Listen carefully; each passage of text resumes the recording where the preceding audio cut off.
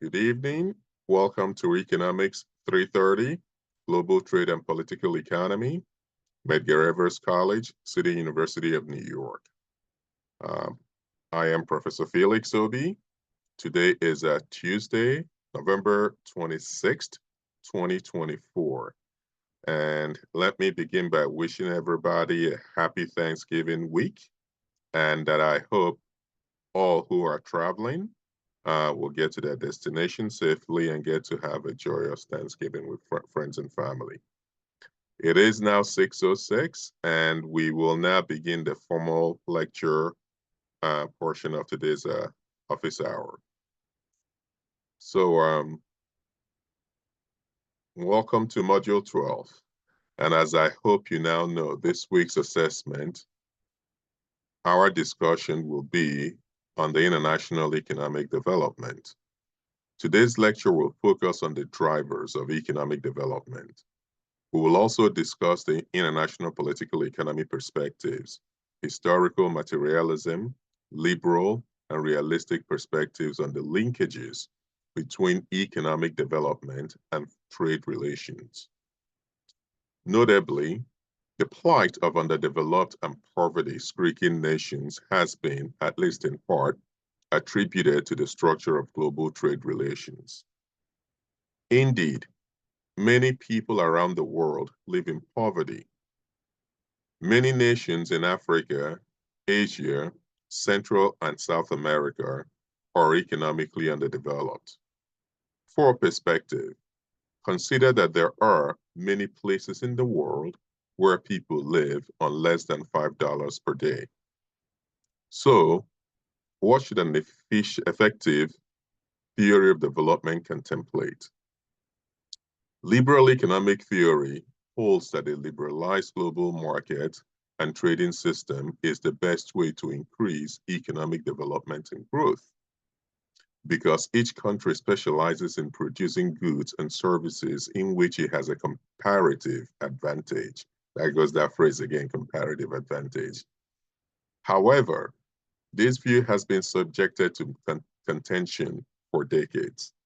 There is evidence that simply removing barriers to trade and opening markets has not led towards the development and growth of underdeveloped and poverty-stricken nations. Rich countries and large corporations dominate the global market and create unequal relationships of power and information. Consequently, trade is inherently unequal, and poor countries seldom experience rising out of increasing unemployment, poverty, and income inequality. An additional problem is that free trade is not equally free. Non-market policies such as subsidy cause a misalignment between price and production cost in the global economy. This impairs the efficient operation of the global market system.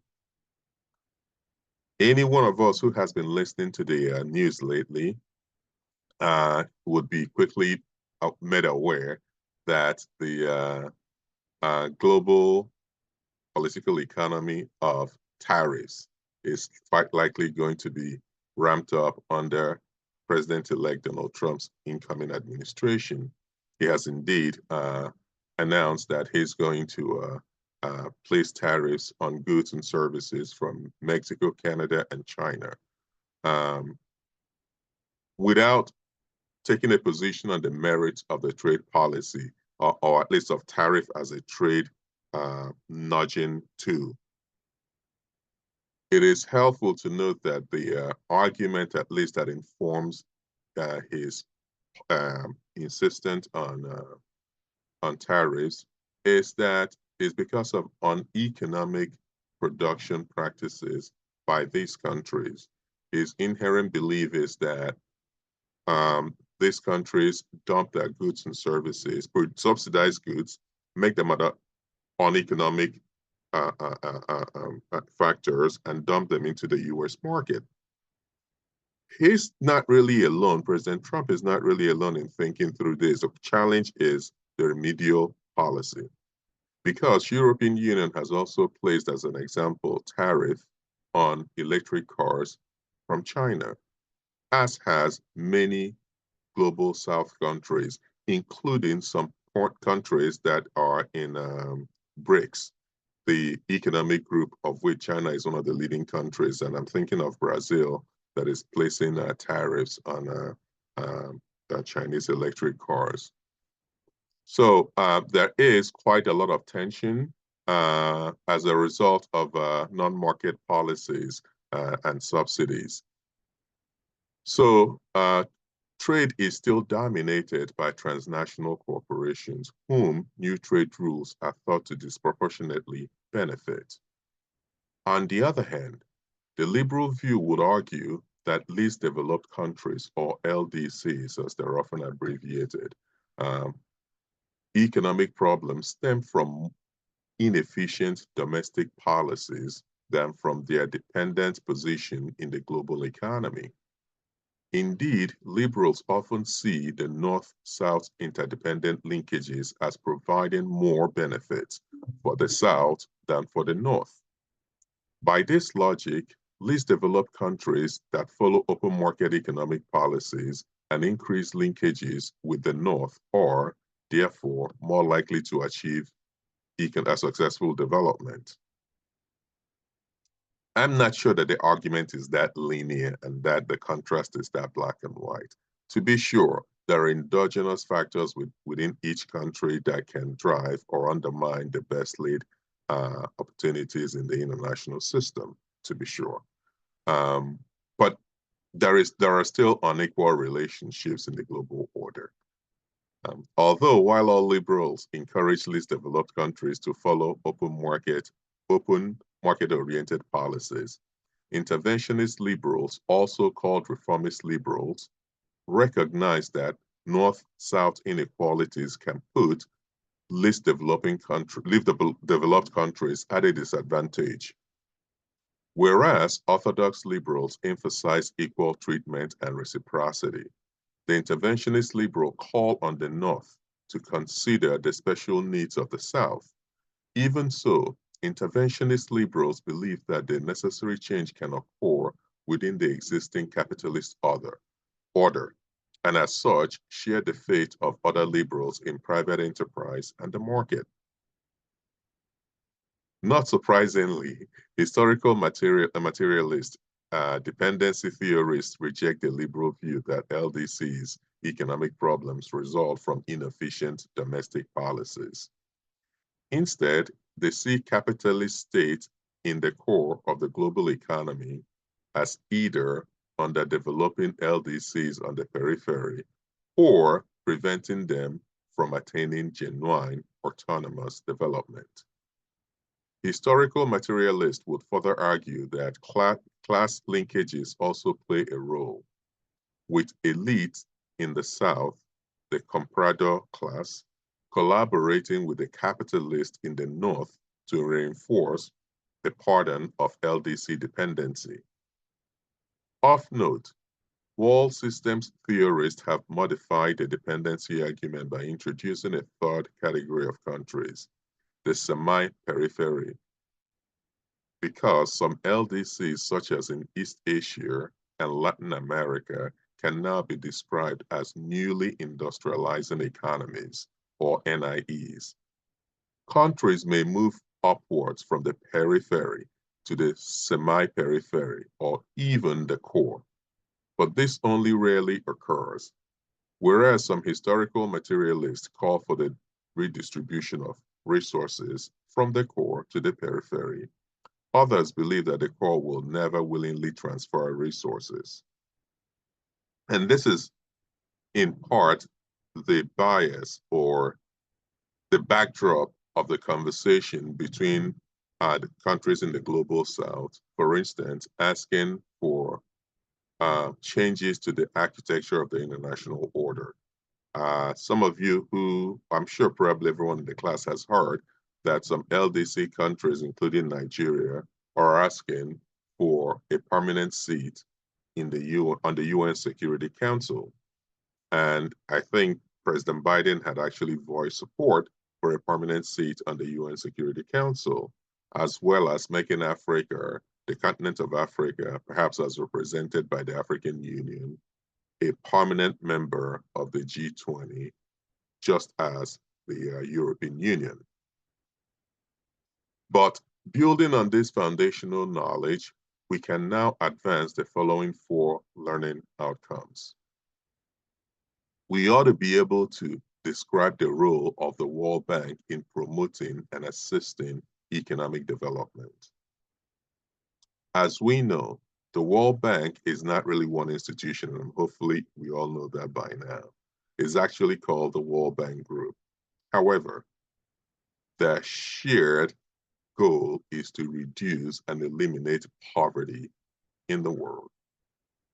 And they do this by financing projects in developing countries. The second learning outcome is to describe and explain export-led growth strategy.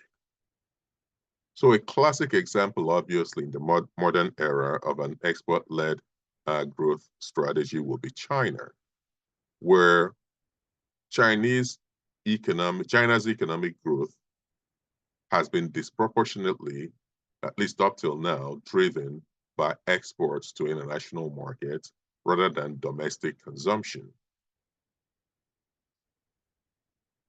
The third learning outcome is to describe and explain import substitution development strategy. So this would include the protection and incubation of newly formed domestic industries to fully developed sectors so that goods produced are competitive with imported goods. As I said, there are a number of ways the economy can grow. One would be through domestic consumption. So the internal economic activity that happens within the country.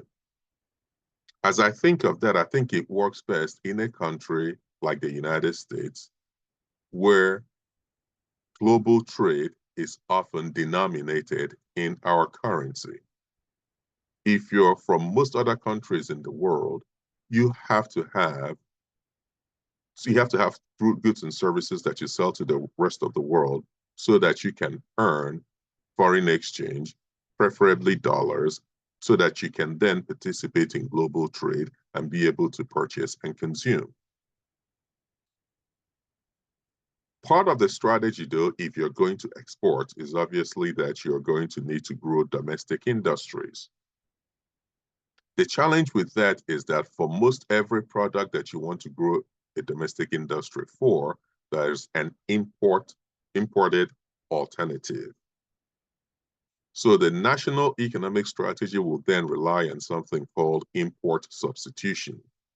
So you would have to have a strategy to substitute the goods that would have otherwise been imported by domestically manufactured goods. The advantage to this, of course, is that you capture more of the value chain rather than just being a retail outlet for goods produced elsewhere. You are going to derive more beneficiation from the local manufacturer of that product, the income taxes that come from the labor that produces that product and distributes that product and sells that product. But to do that, you have to protect your domestic market, at least until your domestic market matures enough to compete with the big boys from the international market. So the fourth learning objective is to explain the infant industry argument and its justification in economic growth strategy. So obviously the infant industry growth strategy is a derivative of import substitution, right? So you have, when you're substituting, you're going to have an infant industry. You call it an infant industry because it doesn't have the storied brand reputation, brand recognition, or maybe even competence and capacity of well-established foreign competitors. The main rationale behind the infant industry argument is that new industries require protection because they lack the economies of scale that competitors possess. Infant industries lack the capabilities to leverage their existing production and require protection until they can acquire similar economies of scale. So these are the fundamental knowledge that I hope that after the assessments and reading assignments for Module 12, everyone in the class is able to benefit from.